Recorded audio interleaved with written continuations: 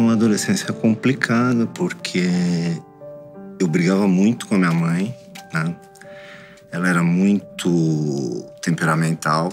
Eu sempre fui um cara com muita energia, né? Muita vontade de fazer coisa. E minha mãe queria me controlar, né? E eu sempre fui incontrolável. Começou com um movimento rock and roll, terminou no movimento punk.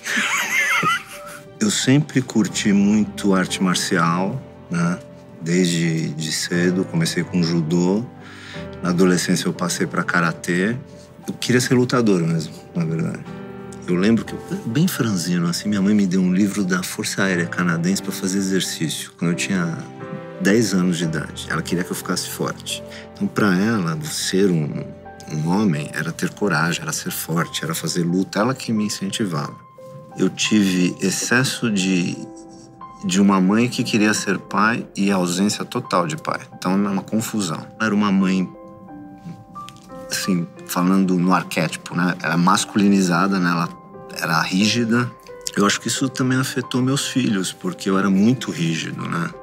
Exigia muito deles, né?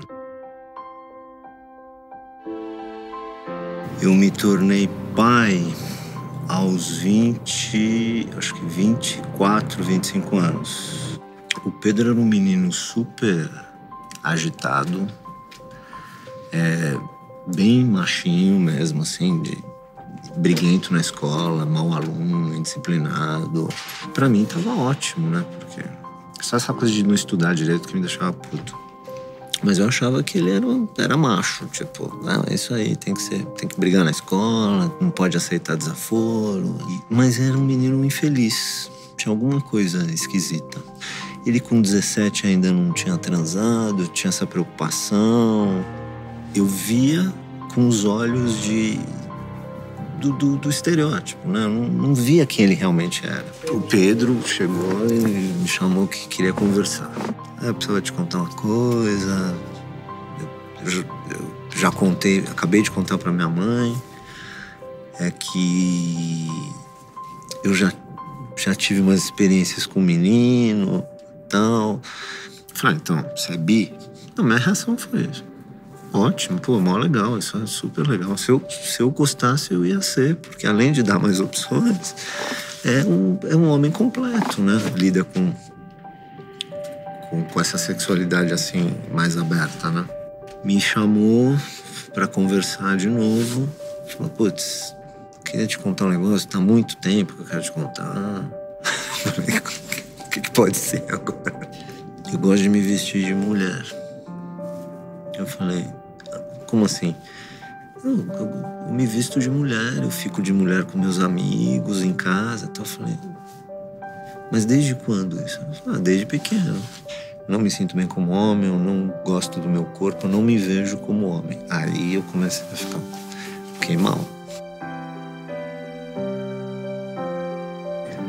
Eu falei, eu quero, então, se você fica na frente do seu irmão, dos seus amigos, você tem que se vestir assim pra mim, né?